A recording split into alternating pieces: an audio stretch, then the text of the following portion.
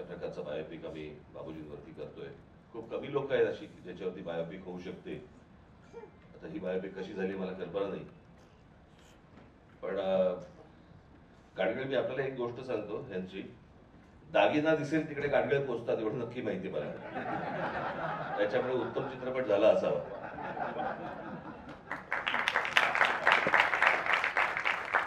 बाबूजींबरोबरचा माझा फारसा सहवास मला फार मिळाला नाही.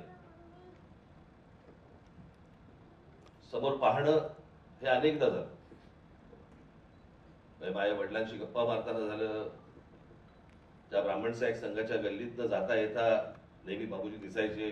तिथे एक समोर एक बाबूजींच्या घराच्या समोर एक पामार्ट म्हणून एक स्टुडिओ होता, मायदेव आणि परचुरे. तर तिथे मला लहान असताना मला वडील घेऊन जायचे. तिथे अप्रतिम पेंटिंग करायचे. ते बरोबर त्याच्या समोर बाबूजी असायचे. आणि मग अनेकदा माझे वडील तिथे गेल्यावरती बाबूजी खाली यायचे. मग त्यांच्यामध्ये जे काही संवाद व्हायचा, गप्पा व्हायच्या, तेवढंच पाहणं मला असं वाटतं माझ्या अनुभवात आलं. याच्या पलीकडे आलं नाही. परंतु एक प्रसंग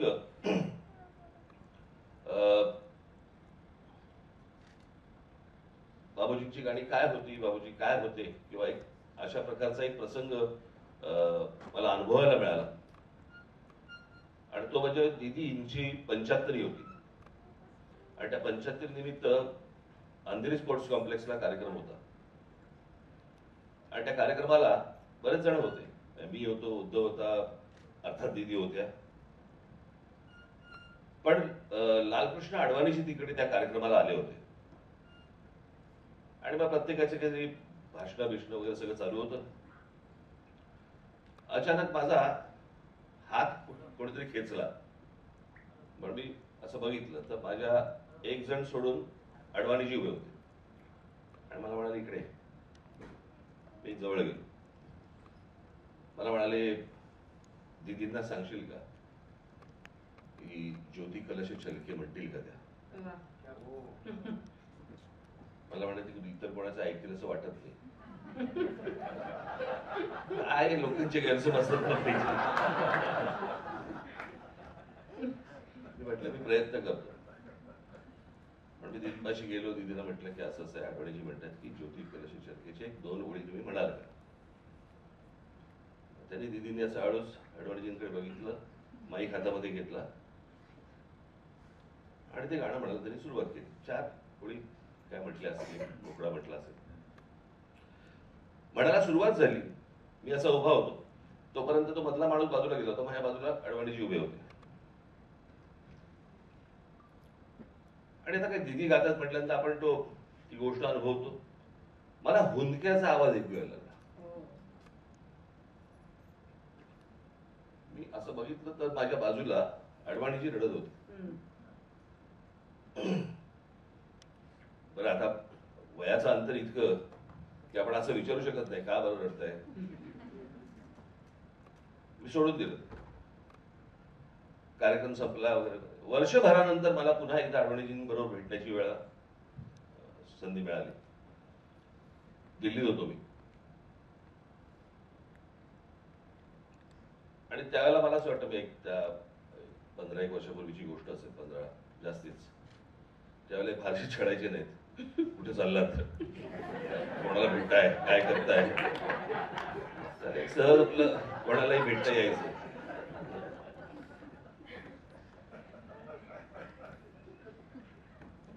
तर मी अडवाणीजींच्या घरी गेलो. मग गप्पा वगैरे झाल्या. गप्पा झाल्यानंतर मी त्याला विचारलं, म्हटलं अडवाणीजी तुम्हाला आठवते का दीदींच्या 75 तुम्ही आला होतात? मला बोलले हो आठवतं. आणि म्हटलं तुम्ही मला सांगितलं दीदींना ज्योती कलश छलके गाणं म्हणायला सांगितलं. हो. म्हटलं वाईट वाटणार नसेल ते प्रश्न विचारू का तुम्हाला? विचारा ना. तुम्ही रडलात का? मला म्हणाले की मी तुम्हाला जुनी माझी आठवण सांगतो आमची. 1952 साली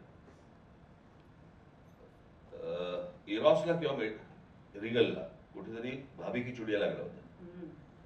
आणि त्यावेळेला जनसंघ त्यावेळेला मुळात स्थापन झाला होता त्यावेळेला 52 साली. आणि ती पहिली निवडणूक होती.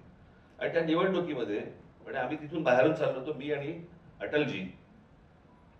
आम्ही त्या थिएटरमधनं बाहेरून चाललो होतो. आम्ही बघितलं भाभी की चुडिया, आम्ही दोघेही पडलेलो. आमचा अख्खा पक्ष घेतला होता आणि म्हणजे अंगात शक्ती नव्हती आमच्या. काय करायचं समजत नव्हतं की आता याच्यापुढे राजकीय पक्ष, राजकारण आहे, कसं करायचं, काय पुढे कसं जायचं. म्हटलं जाऊ दे जाऊ. मग आम्ही त्या चित्रपटाला बसलो. त्या चित्रपटाला बसल्यानंतर हे जेव्हा गाणं ऐकलं, ते ऐकून बाहेर पडल्यावरती आम्हाला नवीन उर्मी आली आणि आम्ही ठरवलं की ह्याच्या पुढे परत आम्ही कामाला सुरुवात करायची.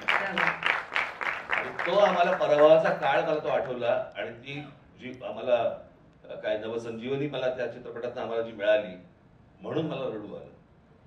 मला असं वाटतं की हे अडवाणींचं म्हणणं किंवा बोलणं हीच बाबूजींच्या संगीताची किंवा त्यांच्या गाण्याची ताकद सांगून जाते. एखाद्या व्यक्तीला नवसंजीवनी मिळणं आणि नवीन काहीतरी कार्य सुरुवात करायला लावणं, हीच बाबूजींची ताकद होती. गाणी आजपर्यंत अनेकदा ऐकली, गातानाही ऐकलं, परंतु भेटण्याचा योग फार काही आला नाही.